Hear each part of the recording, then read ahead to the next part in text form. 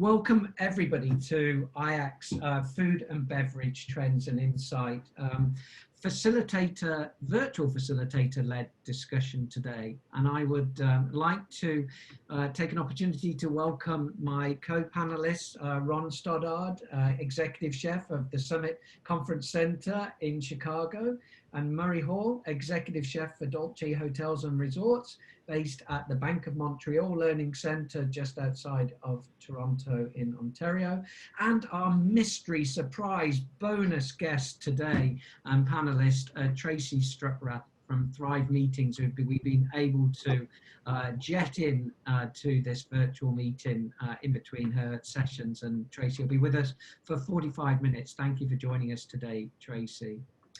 Thank you to all who've joined us as well from both within the IACC membership and also those that operate venues outside. And I'm thrilled, we've got a mix of meeting organisers and planners as well. So what a perfect mix of all of us to get together and look at some of these trends.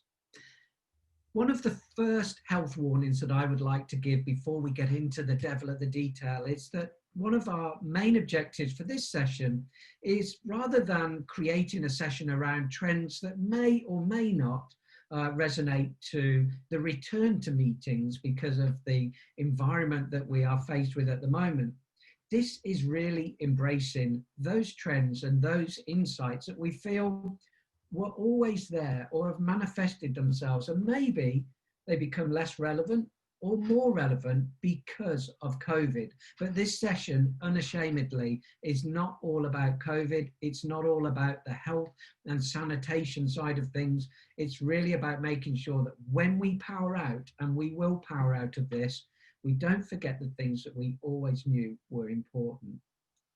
So I'd like to begin with by just testing the mood of the audience today, see what's really important for you. So we will kick off with a poll here and find out what's important to you. So out of this list, which is appearing on your screen now, select two of the most significant challenges that you're finding difficult to deal with in your day-to-day role.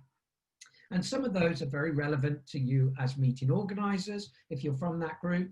Others may be from venues as well. But let's start to get a feel for what areas we need to make sure that we focus on today in our session with Ron, Tracy, and of course, Murray. While you're answering those, let me give you a little bit of the protocol. We all know most of them now as it comes to these virtual-led discussions, but it really is to say, use the chat box. Kate Bacon from IACC is going to be scouring that chat box, and as well as the friendly interchanges, which we absolutely encourage, throw up questions, throw up challenges to what's being shared here, or indeed your own experiences if they're different. And we will jump into those either at natural breakpoints in the session, or we will get to them at the end. And if by any chance we don't get to all of the questions that are in the chat box, we will make sure we comb through those at the end, and we'll be sharing the recording of this session with all of you as we afterwards, so that you can certainly spread the word and share the live session on our YouTube station as well afterwards. So a good number of you there have been answering the poll. What have we got going on? What's important? Well, managing allergy requests is number one in the list, and it's number two there in terms of priorities. So Tracy, we're going to be picking your brain on that one, and that differentiation between food preferences and those things that make us ill. So it's not surprising, managing food preferences, a bigger food challenge for us, because probably volume-wise, they represent the largest number in terms of requests that we're receiving today. But I'm pleased to say managing food and waste, over-ordering, over-specifying, over-supplying is something that we're worried about when we run our meetings. And I'm thrilled at that, because Ron is going to be talking us through some of his thoughts around waste as well as we do that. Introducing sustainable menus, plant forward, all of those are important, and that's where Murray's going to come in and share some great results. So I'm pleased to say that we did get our crystal ball out. We did foresee that these were important areas for you, and I think we've got just the panel to tackle some of these. So let's take a look at what we are going to run through and how we're going to segment the next discussion. First of all, there are a number of you that are on your first IAC webinar or are not as close to IAC as others. So I'll take an opportunity to introduce IAC and kind of already introduced our expert speakers, but we'll let them say hello at each point. Our trends in menu and drink design, then we'll break down into areas of health and well-being. We'll move into that big sustainability, the social impact around the meetings that we bring them back as it relates to the environment and food waste. And then we're going to end just with a few areas around the experience, because the experience is going to be even more critical when we bring our meetings back. We have to wring out a richer experience. We have to create even more memories than we did before, because quite frankly, we're not going to be meeting as often as we would have before. Our investment to do so is going to be greater, so we want more in return. And then we'll end in the last area, which is dining as entertainment. So we have a lot to run through. I'll apologize in advance. I can talk quickly. I'm going to need to talk quickly to get everything in there. So again, just throw up any questions you have in the chat box and we'll pick that up. So IAC, formerly the International Association of Conference Centres, is a collection of around 400 venues in 26 countries around the world that represent the top 1% of small to mid-sized conference, meeting and training venues. And I think that's important because as we look at some of these trends, although food trends can translate across anything from a group of 10 up to a group of 10,000, of course, there are certain things you can do with smaller groups that you maybe can't do, have more restraints with larger groups and vice versa. And we'll be really focusing on everything from a group of 5 or 6 people coming back together again for the first time in 6 months, right the way up to those meetings and conferences of 100, 200, maybe 300 people. So first of all, I'd like to take the opportunity to introduce Murray Hall from Bank of Montreal in Toronto. It's just about good afternoon to you, right, Murray, or getting close to Just about good afternoon. It's actually, it's still good morning, but so good morning, good afternoon, good day to wherever everybody is, and happy to be on the call with you, Mark, and looking forward to a great presentation. Thank you for joining us. I'm also going to take the opportunity as well to ask Tracy as our mystery panelist today, or not so mysterious now, but Tracy, welcome. We're always thrilled to have you join us. Would you take an opportunity just to introduce yourself briefly? Yeah, I'm Tracy Stuckrath with Thrive Meetings and Events and the Eating at a Meeting podcast. And I'm in Eastern North Carolina and looking at producing events and helping everybody accommodate those dietary restrictions everybody's still having problems with. It's a good challenge. It's still big up on that list there. And the consequence of being so knowledgeable in the area of allergens and dietary management is that you join a webinar as an attendee and you get immediately promoted as a panelist. That's a compliment, by the way. Thank you, Mark. I appreciate that. And then I'd like to introduce Ron Stoddard, who has been very active within IAC, actually manages our global copper skillet chefs competition, has traveled the world with me. I've always enjoyed my time with Ron as we've been to the IAC conferences in Australia, in Europe, and the Americas. Welcome, Ron. Like a few words to introduce yourself. Oh, thanks everyone for having me here and to join the virtual stage with you guys. This is such an honor. My name is Ron Stoddard. I'm the executive chef at Summit Chicago. We are a day center at in the heart of downtown Chicago. And right now I'm in my home kitchen outside of my work kitchen, but hope to be back in my work kitchen soon. And Murray, I see you're at work there, working away. So that's good in your kitchen. Yeah, I'm still back in my own kitchen at work, so that's good. Yeah, I had to ask. But once again, thank you so much for being here. And I hope I can add some details, some information more about food waste and sustainability, mainly food waste and managing food waste in the kitchen. Mark, I'll pass it on to you. Thank you, sir. I appreciate those introductions. So let's take a look into some of the key findings that we had when we looked, for instance, and researched the industry back in January with the IAC Meeting Room of the Future research, which was a great point to ask people about what their opinions are, because it was right before our world changed. So we got that chance to take a snapshot of what was important. Now, as meeting organisers around the world, we partner with MPI and other organisations. You told us that you see food and beverage as a key to creating experiences that are cost-effective experiences. So we were starting to see the real pressure on our budgets in terms of buying in experiences, expensive, gimmicky ways of being able to create a wow, and seeing that link between a creative venue and creative food and beverage and culinary team, and creating those wows within the budget that already exists. We've got to feed people, right? Let's feed people creatively. One of the other points that we thought about was, there's that meeting space outside of the meeting room itself was critical. Now, it is when we look at food and beverage, it's under a little bit of pressure, of course, now, because we need big spaces, we need outdoor spaces, but we shouldn't forget the fact that what was important before this year was that those spaces have to create what I call the linger effect.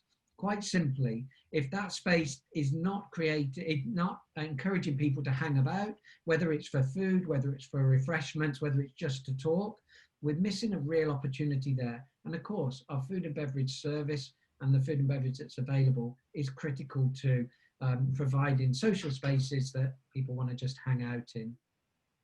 And also, really we've got to consider that that venues that are not willing to step up, particularly around the need around being environmentally friendly, our control of waste, our social credentials, all of those which are very heavily influenced by the food and beverage that we offer.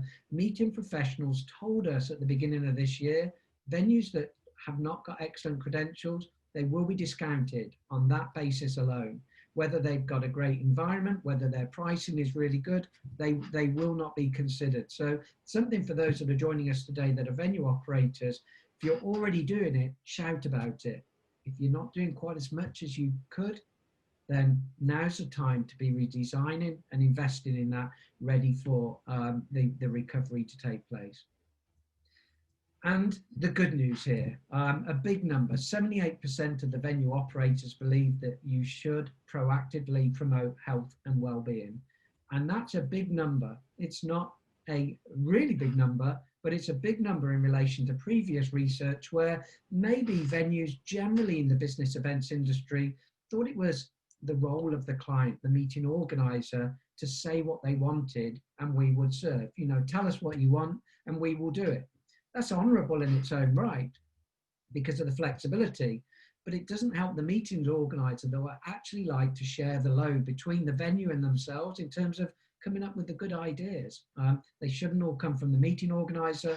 And if you are a meeting organiser on the call today, you know only too well you've got other priorities that you're dealing with and need the venue to step up. The refreshment breaks is something that have been, a part of the IACC community throughout the world for a number of years. They look more like coffee shops than they do a conference dining environment. And just to show you as well, incoming generations are seeking more than, a break in the morning and a break in the afternoon. It really does need to be continuous. The break stations need to offer that coffee shop quality now. This one example is a 300 delegate dedicated conference centre in the United Kingdom, and this is one of 4 stations they have got built around the venue. Just look at the social, the environmental credentials. Some of them you can read, others you can't because it's just a little bit too fine, but I can relay to you the fair trade coffee that is being provided there, the compostable cups that they've got. And I wanted to share with you today just one example that I found in my office from one of my recent trips to Denmark. And this is a recyclable cup that can be cleaned and used again, and it is made out of used coffee grinds. What a great way of A, capturing the coffee grinds, and then B, being able to make something good and recyclable. It's all linked to that circular economy. Wait, Mark. Can I ask something? If you don't have any coffee, can you eat the cup and get your coffee that way? I wouldn't try it unless you've got good good dentist. Yeah, my biggest fear when I got it was that actually it will go soft when you put the coffee in and disintegrate. But it doesn't. It's great. It's really robust. And the venue are giving them back to conference delegates to keep and take away. So not only are they recycling visually the coffee grinds, they're showing what they're making out of it and giving it back. It's a nice finding. Only in Scandinavia, right? So let's look at some of the other key trends that we're seeing. Lack of creativity and flexibility and variety is a concern to meeting organizers. Now, for those of you who are on the line today that are from the venue side of things, for Murray, for Ron, of course, it disheartens all of us when we represent venues to see that generally in the meetings industry, there is still concern that the venues that we're working with are lacking just that creativity. The one example that was given to me was, there are sometimes venues out there that promise great things at the point of contracting. We'll design a menu around you. We'll introduce you to the executive chef. We've got great relationships with our suppliers. And then when it gets two to 3 weeks out from the event, you're offered the standard menus. And that menu could be a menu that you see on the East Coast of the US, on the West Coast of the US, in London. There's no variation and no different. That was a really interesting point, and one that was countered by a meeting planner at an event that I was at in Toronto and Murray was at MPI WEC, which said that is the reality, sadly, but sometimes it's a responsibility of us as meeting organizers and professionals to be having those conversations with the venues earlier. It's no good going to the venue the week before and saying, give me a creative menu. The venues need time to do it. So I'll always call out where maybe on either side there is improvements we can make, because I think that's the best way that we can move forward. Food wastage is linked. Tracy.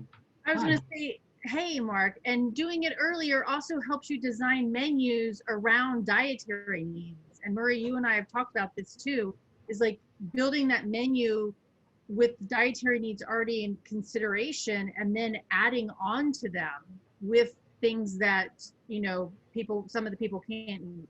So switching out the proteins. Murray, in our podcast, we talked about that. So that's another good way to do it earlier. Yeah, you're exactly right. If you can incorporate as many of the dietary concerns within your standard menus, then that just is one extra layer that the meeting planner doesn't have to worry about. It's another layer for a chef that we don't have to worry about. If I can make sure that something is gluten-free, dairy-free, and maybe even halal all on the same menu and appease everybody so they're all getting the same thing, that's just a win for everybody. But, what to Mark said, when it came down to creativity, I'm finding we have our standard banquet packages out that are refreshed every 6 months, but I'm still having people coming to me or clients coming to me saying, what can you give me that's fresh? What's local now? What is something that's a theme? So it's almost like my standard banquet menus are just something off to the side and everybody's looking for that special menu, which is fun because we get to interact a lot more with the customer, meet their needs and exceed their expectations. So in summary to all those great points, if the venue is not willing to do that in that way, it's time to look for a new venue, right? Yes.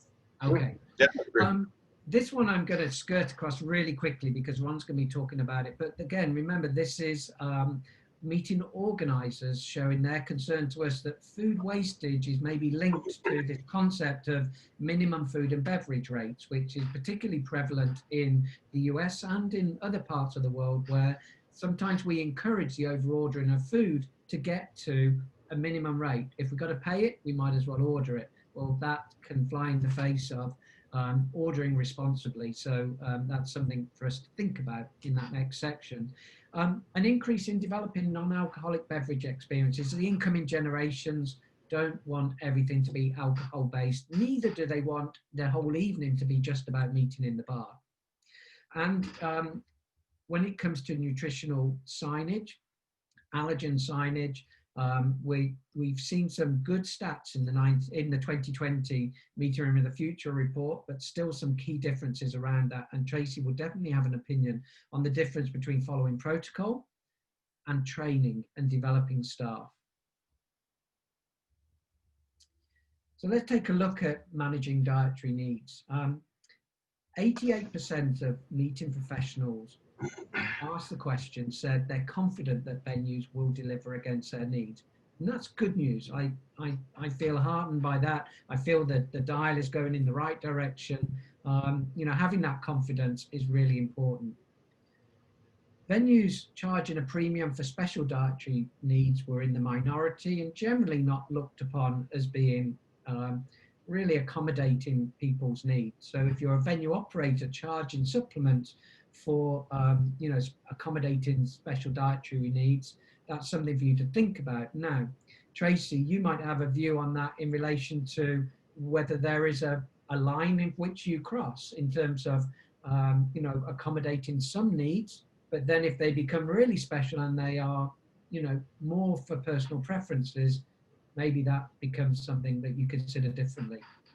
Yeah, that's a really good question, Mark. I mean, looking at it the way Murray and I were just talking, at incorporating those dietary needs at the forefront, so you're eliminating a lot of them, will actually help eliminate having to add additional costs. But you know, in the U.S., if you're accommodating somebody because they have celiac disease or they have diabetes or a food allergy, you actually can't charge more because that's a medical need that falls under the Americans with Disabilities Act, and we have to provide a reasonable accommodation. So we catch that. But if you've got a huge event of 7,000 people and, you know, 1,000 of them are vegan and the rest are not, you might have to add in some additional staff to implement that, you know, labor charges in the back of the house. Murray, would that be correct? And Ron, you know, to make sure that, you know, or if you've got a large group of people that have severe allergies that you have to do something on the side that may, you know, entail having some additional staff. So I think that's kind of the line, Mark, but Murray and Ron, let me know if yeah, I would agree with you for a couple of points there, Tracy. Is staffing wise, yes, I think you might have to increase the staffing a little bit, but I really try and keep the cost down to what the menu would be for everybody. So we now, maybe as a menu cost in general, I might add $1 or $2 to the menu if it's a really out of the ballpark. But usually I keep the menu costs really roughly the same, so we can accommodate that stuff within the actual menu. So instead of you know, everything may be vegan on the entire menu, except for the chicken that's going to be plated for lunch, and I would just sub out another a vegan option. It'd be tofu or tempeh or something like that we put in there, which really is going to be no extra cost for me. Maybe a little bit more on the labor side of it, which that $1 would come into. But the only time I find I've ever had to charge for special dietary meals is if someone comes up and says, I really have to have a T-bone steak for dinner. You know, and the dinner is chicken. So you want a T-bone steak, you're going to pay a little bit more for that. I'm sorry. You know, that's where I kind of do it. When it comes to dietary needs, I really try and incorporate it within the menu price. And although we joke a little bit about that, Murray, the serious point behind that is that establish what the goals are at the beginning through the RFP process. If you're a meeting planner with the venue, understand what's okay and what's not, and then there are no surprises.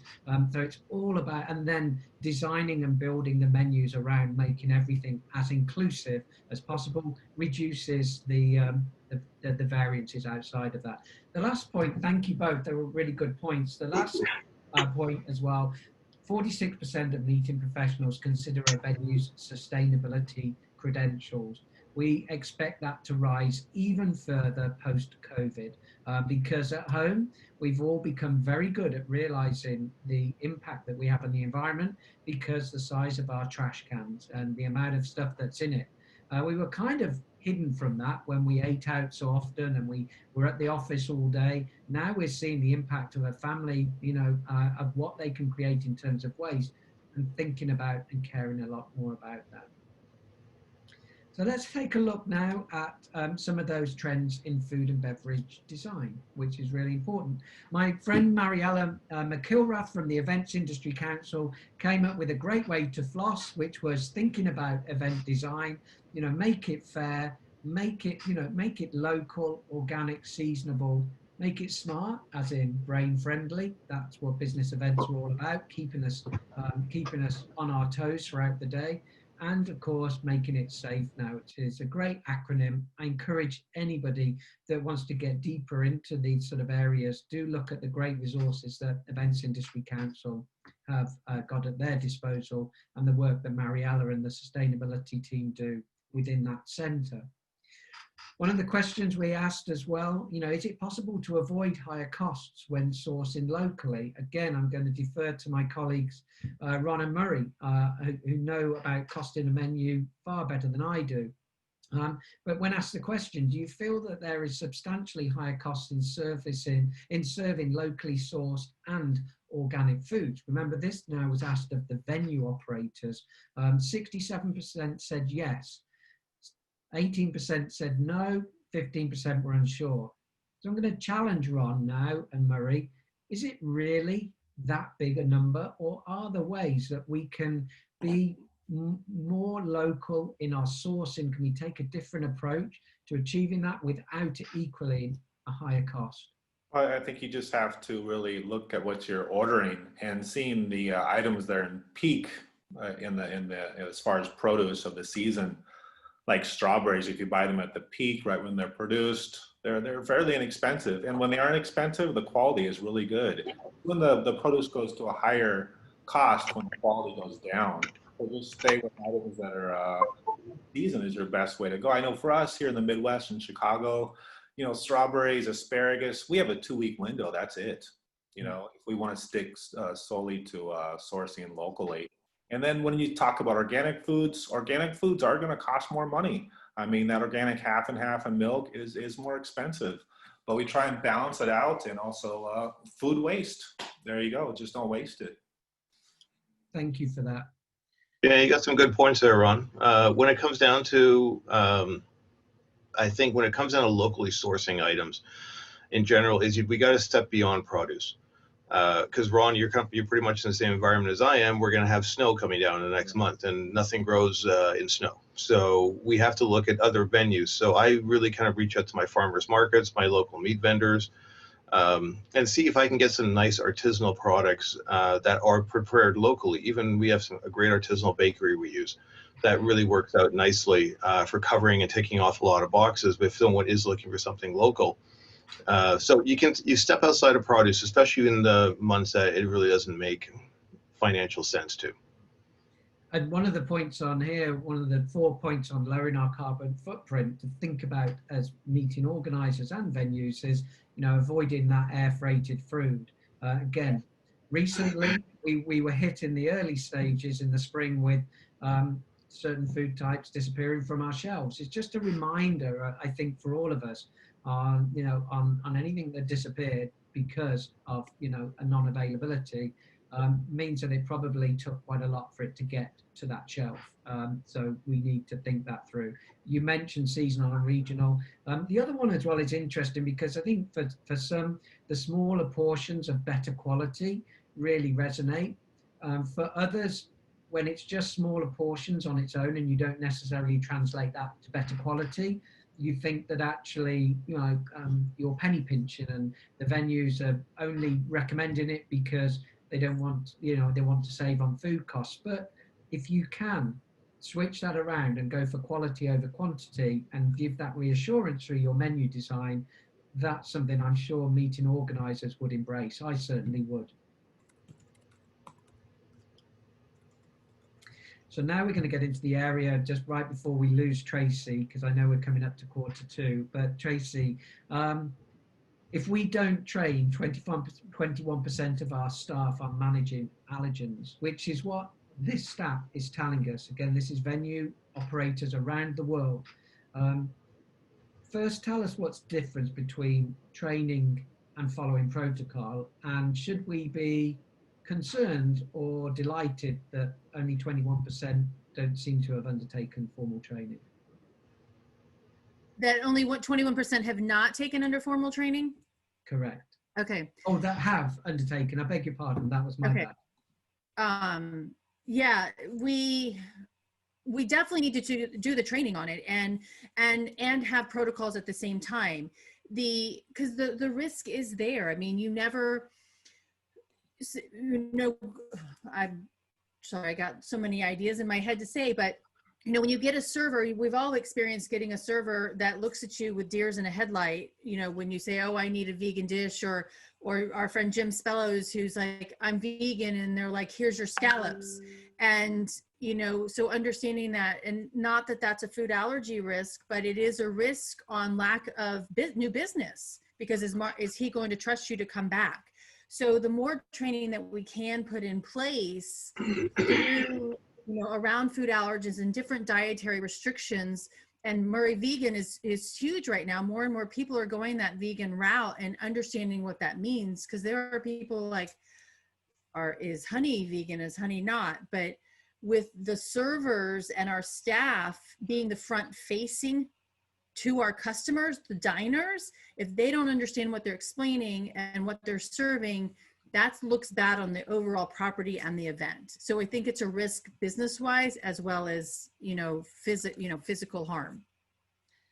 And our view, along with Tracy's, thank you for that, Tracy. We agree. We have to keep reducing risks, and the risks, you know, and the consequences of not getting it right are getting higher and higher. So we entered into an agreement way before the beginning of this year, actually the end of last year, with Tracy on developing a program of training for the IACC certified venues, which you can see a snapshot of some of the subjects that are available there. Tracy and Thrive delivers them globally, virtually, and we'll come back to doing those in person. But I also know that Thrive and Tracy does a huge amount within MPI, PCMA communities, IMEX communities, and directly as well. So you jump very eloquently from one side of the fence to the other in helping us reduce that gap. So thank you for that, Tracy. And hopefully you can stay on for as long as you can before we get to the next, you have to go to your next session, your next podcast. And, you know, the demands are really affecting us today. You know, ask the question, do you receive more dietary requests than you did 1 to 2 years ago? That number's still really high. We ask that question every year for the last 6 years in Meeting Room of the Future, and it has only gone up to this level and then stayed at this level.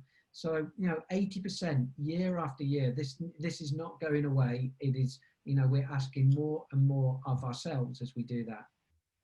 Couple of call outs very quickly. If this really does fascinate you, you want to get deeper into it, there are 2 guides that we put together in the last couple of years. One's a guide to managing dietary requirements, and the other one, which we'll promote in a moment, is the guide to nutritional management and allergens. But on that note, what I'd like to do now is hand you over to Murray, who's going to take us through and talk to us a little bit about Plant Forward and some of the connotations and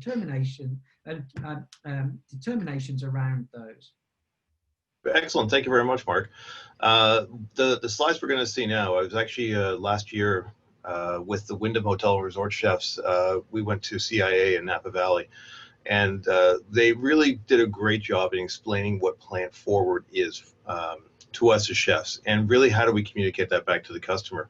So it really goes down to a name. So we hear Plant Forward, we hear Plant Centric, we hear flexitarian, we hear vegan, we hear vegetarian. So it's really about breaking that down and looking into different areas. So plant-based is really what it is. It's looking at ingredients that are going to be themselves fruit, vegetables, and produce, grains, beans, soy-based products.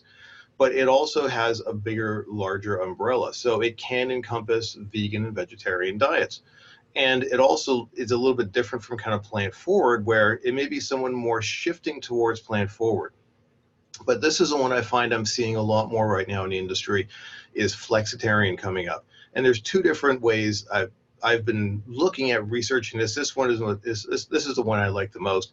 It's more or less someone who is moving between meat and wanting to increase their vegetables on the plate. So I think the days are really kind of getting to almost beyond us, where we're looking at that 8-ounce steak on a plate. Now a lot of people are looking at how can we make that a 4-ounce steak or a 3-ounce steak and have a really great vegetable, or really great starch, or really something more plant-centric, more vegetables on our plate that's going to fill that and almost, you know, enhance the overall plate. So the flexitarian would be someone I would actually say myself. I'm looking at reducing the amount of meat I'm eating, increasing the amount of fruits and vegetables and legumes and nuts and beans and all that stuff. So I'm looking at that as well too. And then the other side of that flexitarian diet is someone coming in who is vegetarian, that maybe is vegetarian who would say be like a pescatarian, which may or may not want fish, may or may not want eggs. So there's a little bit of 2 sides of it. But I think really when it comes to flexitarian, which is what we're getting a lot of people looking at in our venues, is give me some plant-forward, great tasting vegetable dishes. I'm not looking for a huge, portions of meat anymore. People I find are taking a lot less portions of meat. Heavy starchy items outside of, I think rice is probably still one of the very popular ones, but heavy starchy mashed potatoes with lots of butter and cream and stuff in it is not something that people are going to, but I don't find. But plant forward really does encompass great tasting produce, great tasting vegetables, and really it challenges us as chefs to really step outside of our comfort zones and embrace this and look at how can we make that heirloom carrot in the picture taste absolutely amazing. How can we make that cauliflower? How can we turn that into a steak? How can we turn that into a cauliflower rice? One of the things we've had a lot of success with is zucchini noodles in place of spaghetti. So again, we're moving that starch out and we'll just do zucchini noodles instead of that, and making a great fresh tomato sauce and having some fantastic vegetables to go along with it as well. So plant forward, I think it was definitely there. Red hot trend before COVID is still a red hot trend now. And I think it's even gained more steam because a lot of people are at home, as what Mark said, cooking and experiencing and experimenting. And I remember going to my local Canadian Tire and I tried to find mason jars because I was making some jalapeno jelly. I couldn't find mason jars. They've been sold out for almost 2 months. So everybody's canning and cooking at home. So when we are back in business and we are back with big meetings coming in, I think the expectations are going to be raised to another level. Murray, if only when I raised my children, if only we had the concept developed of making plant-based vegetables more attractive and more tasty, I'm sure I wouldn't have had the battles with my two that I did. And as a child myself, I might have broadened my palate a little bit sooner, but so right. And the flexitarian one, it's a really key one because there are so many of us now that recognize it's not just about being in one camp or in another camp. We are trying to balance, and that can happen differently over each day. Again, our friend Mariella from Events Industry Council with one of our previous events shared with us spirulina as well. Did I say that right? Or is it? Yes. Yeah, spirulina. Spirulina. That's a tough one. Again, this is an example of a plant-based food, but actually has carbon offsetting qualities. So it's carbon negative, right, in terms of being grown and eaten. So we can actually do some good through our consumption with some of these foods that are available now. Well, and hey, Mark, and Murray, making the vegetables better is, I mean, our friend Jessie Skates, she's got a story of going to an event that she paid a couple $100 for, and her vegetarian dish was 3 roasted carrots on a plate. That's it. Yeah. Like that is nothing for credibility. Yeah. Mm-hmm. Yeah. I find the vegetarian dishes I'm putting together now are equal, if not better, than the protein dishes that are going out. Okay. So it's just we have to raise the bar, and it's fun to do. I found even myself over the last 2 or 3 years with really taking this challenge on, I've really had to step out of my comfort zone and look at different sort of spices, different sort of seasonings, cooking techniques, holding techniques. Cooking a chicken breast is very easy. It's on the grill, it's seasoned, it's under the heat lamp for 15 minutes, and it's on the plate and it's out the door. You can't do that with broccoli. It's not going to be a great experience for you if you try it. So it's definitely something to play with.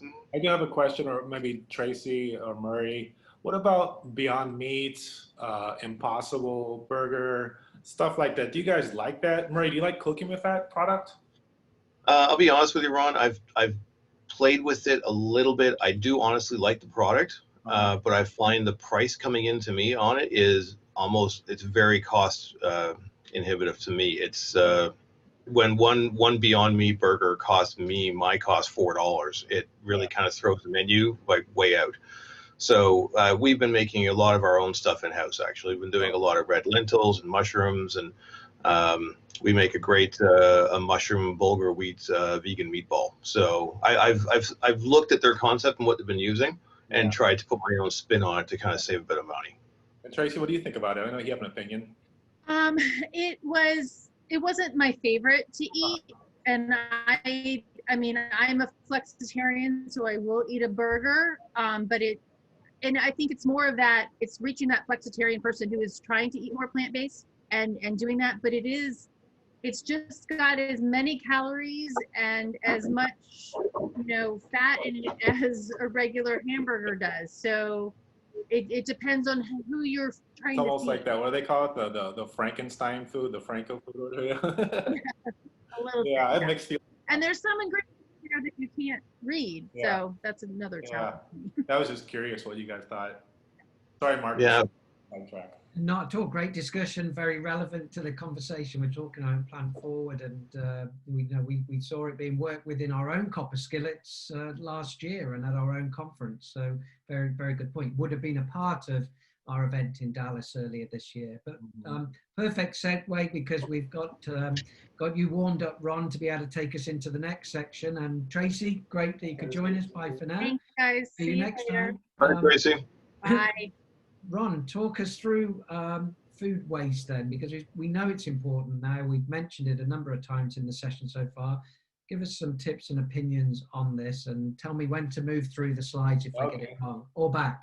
Yep, okay. Well, as far as food waste, as far as a chef, and Murray, you can speak to this as well. We want to go in and we want to have zero. We want to use everything. We don't want to have to waste a single thing. We want to use those carrot tops for maybe a pesto or add it to a soup.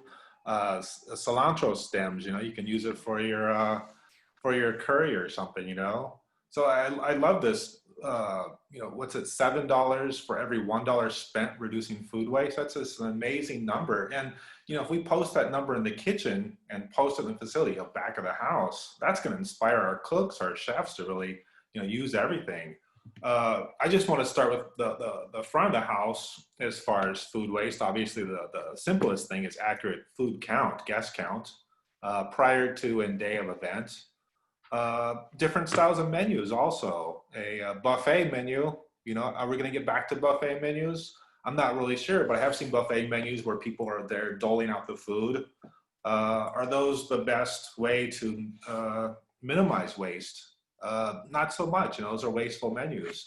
A preset menu or a prefix menu is the best when you know exactly your food count the day before. I mean, I love those menus, I have 100 people, 40 people are doing beef, 60 people are, 40 people are doing fish or vegetarian. I got my counts down. I just take a little bit of leeway in case a little day of event, something happens.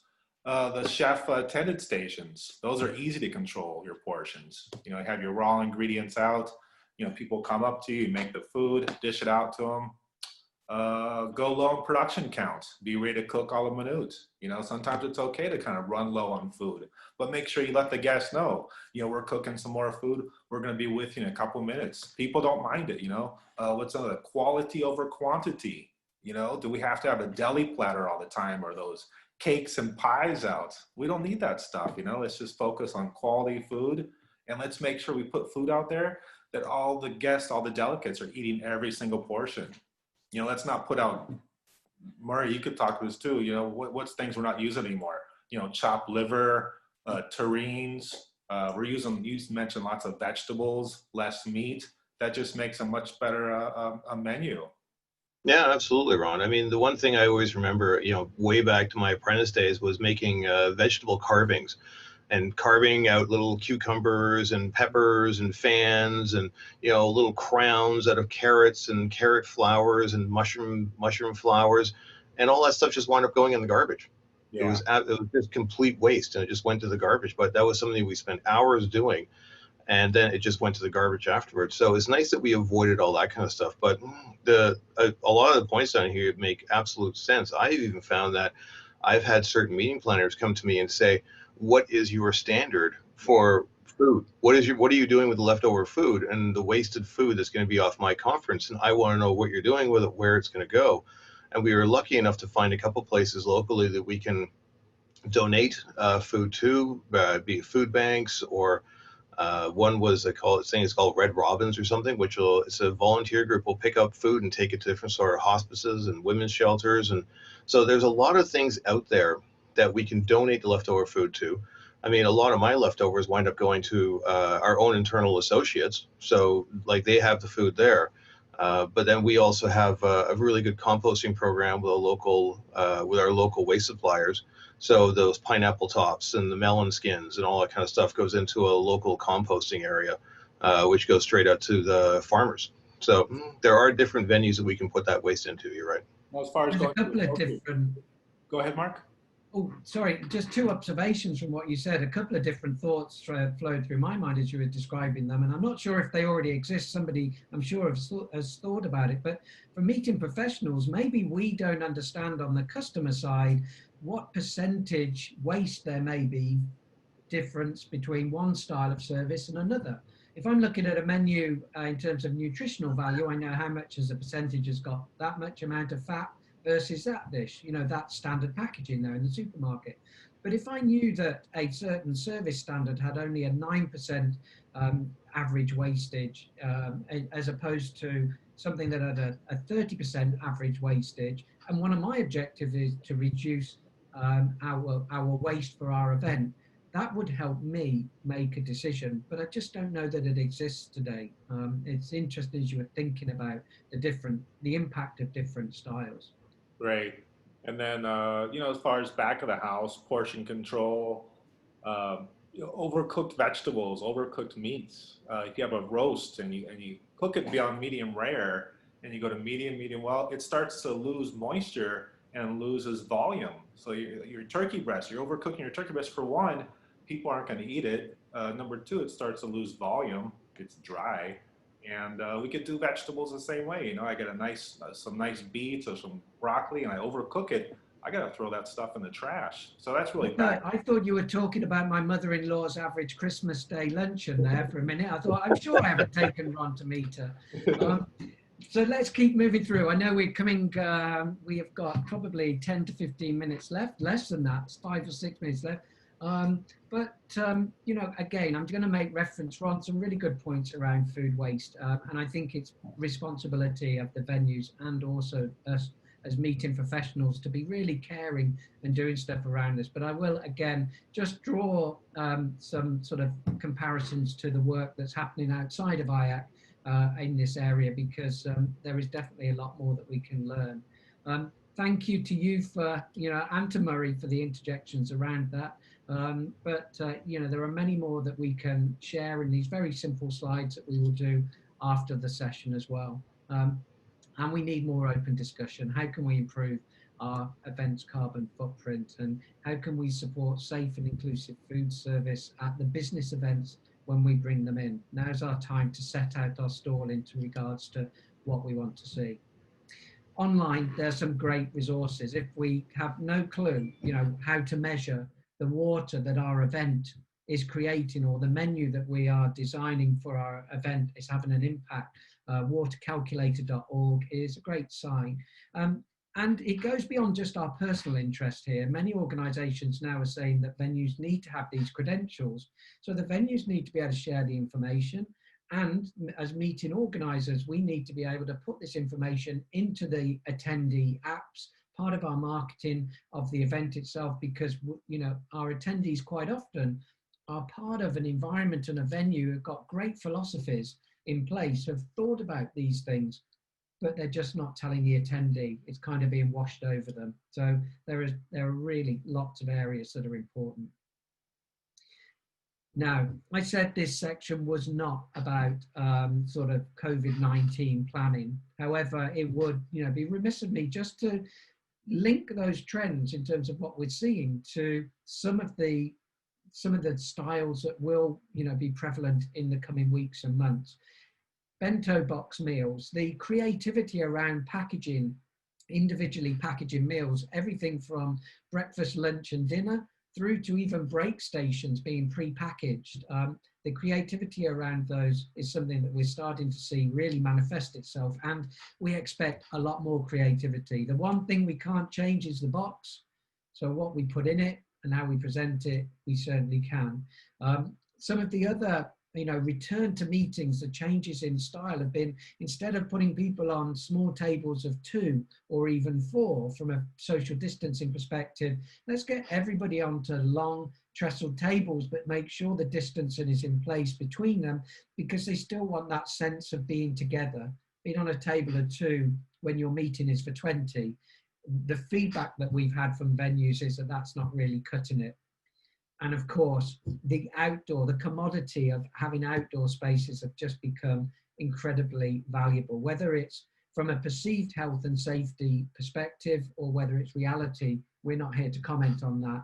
But what we are commenting on is the development of outdoor spaces. This one in the bottom left-hand corner was an example of a venue just outside of Brussels, Dolce Loeb. And that property created, that was just a garden prior to this summer. They created an extension to their restaurant with outdoor bar and outdoor dining spaces to increase their footprint, which was really important. So think about footprint, think about these areas. Remember the linger effect that we talked about right at the beginning. And then let's just be smart and creative. This is something our industry is incredibly good at doing. We've moved beyond the emergency planning. Now, if you look in the top left-hand corner, that platter there is an example of a venue in Eindhoven, the Netherlands, that looked at the breakfast service style, had to move from the buffet, as Ron said, not sure when it's coming back. And that service style is a whole breakfast for an individual on a board. And that's got everything from your continental, your cheeses, your meats, your yogurts, your eggs, your pastries, your rolls, one delivery by one waiting team member, as opposed to multiple trips to the attendee. So footfall, traffic, suitability, still keeping variety. There are some really good ideas out there. Just make sure that our venues are doing that for you. Now, as we run through as well, we're coming up to the hour. Again, there are still some things that were important back then. Making our food presentable. Social media is still a thing. I mentioned that at the time, if we're doing great things, put that information on our stations, let our attendees see. This miso station actually was educating the attendee as to the benefits of miso, and that was at the Kellogg Conference Hotel at Gallaudet University. And then local experiences are absolutely key. You talked about making, Murray and Ron, you both talked about making the plant-based option more attractive. This one, root vegetable company, actually were quite famous around their, the farm that they had outside of New York. So it's called Boulder, B-A-L-D-O-R. I'm not sure if you've heard of Boulder, but it's, you know, they brought that brand through onto their menus, and they're promoting their winter root vegetables as well, but they had a brand attached to it. Now, as we come to the end, I'll leave with just a little bit of a futuristic thought. I said, you know, what's a future experience of meetings? So with all the technology advances that we've seen, before we open up to any Q&A for you in the chat box, although I've seen great interchanges taking place, thank you for everyone who's been involved in that. Let's just see what may impress us or might frighten us in terms of our future ordering of food. At HoloLens, we are craving to propose the most natural AR experience. We have created the first glasses-free and hands-free AR device. It is fully standalone and portable. Its battery lasts up to 3 hours. For restaurants and hotels, guests are able to see the menu in full-size 3D. Using HoloLens, the guest sees the aesthetic of the preparation and understands the portion size. The 3D models of the food show a high level of tasty detail. The menu is highly interactive. The guest sees the dishes from all angles with a correct perspective. The guest selects the menu by using their hand.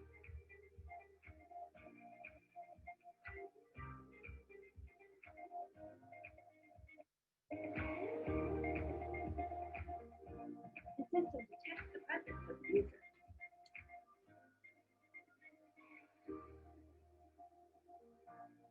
The AR lamp also projects entertaining content to tell culinary stories about the dishes on the menu. For example, the small-scale 3D avatar cooks the dishes in front of the guest.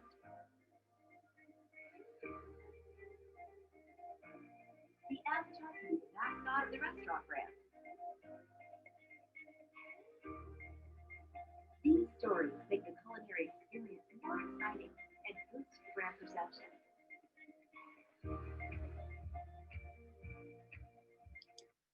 So, Ron, Murray, I'm not sure whether we will be filming you and looking for your, virtual avatar just yet in terms of your presentation of menus, but does that, we've seen technology move forward. Does that fill you full of excitement or full of dread? Tell me, I'm intrigued.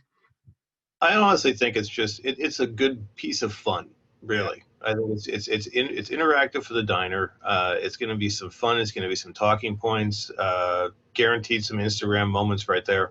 And then all we're going to have to do is make sure we deliver what the picture looks like. Consistency, right? But I've got no doubt that you guys are as consistent in the kitchen as you both are when you come and join the IACC sessions. You're incredible, and I've seen some great compliments to you both and to Tracy as well in the chat box. And on that note, I have to say, thank you for your leadership. Thank you today for being a part of IACC's webinar. Thank you to all of you who've joined, both IACC members and those who maybe are not IACC members, but are considering getting involved in our community. It's a revolution. We are ready to embrace the challenges of the future. Join the other IACC webinars that we have taking place. Join us all for IACC Americas Connect across America on March the 16th, 2021. And above all else, stay safe, stay positive, and stay committed to what a great industry. Thank you all. Have a great day. Murray, Ron, thank you. Thank you.